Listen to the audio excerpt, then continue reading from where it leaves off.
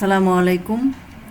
আজকে আপনাদের রান্না করে দেখাবো পটল দিয়ে গরুর মাংস রান্না করার রেসিপি।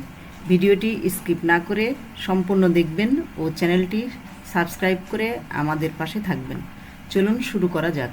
প্রথমে পটলটি ছিলে কাঁটা চামচ দিয়ে ফোঁটা করে পানি দিয়ে ধুয়ে নেবেন। এখন আমি হলুদ 1 চামচ, মরিচের গুঁড়া 1 চামচ, দারুচিনি 2টা, কাঁচা জিরা, আদা রসুন বাটা দিয়ে মাখিয়ে রেখে দিয়েছি 5 মিনিটের জন্য। তারপর তেল ও লবণ স্বাদ মতো দিয়ে চুলায় দিয়ে 20 মিনিট কষিয়ে নিয়েছি।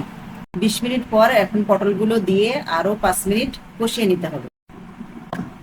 এখন পরিমাণ মতো পানি দিয়ে নাড়াচাড়া করে ঢেকে রাখতে হবে 30 মিনিট।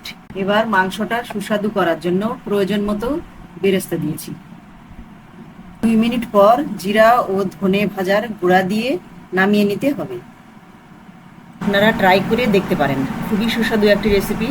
ভিডিওটি ভালো লাগলে লাইক করবেন ও আমাদের নতুন নতুন ভিডিও দেখার জন্য চ্যানেলটি সাবস্ক্রাইব করবেন। আসসালামু আলাইকুম।